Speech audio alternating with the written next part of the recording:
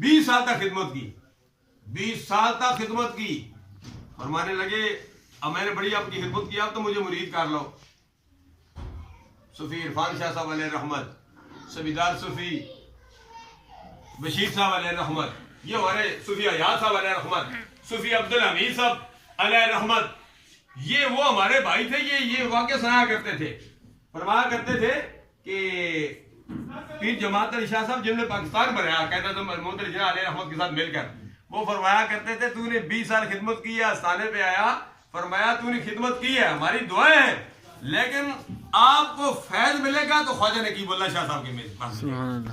یعنی پیر جماعت علی شاہ صاحب علیہ رحمت جیسی شخصیت اپنے مرید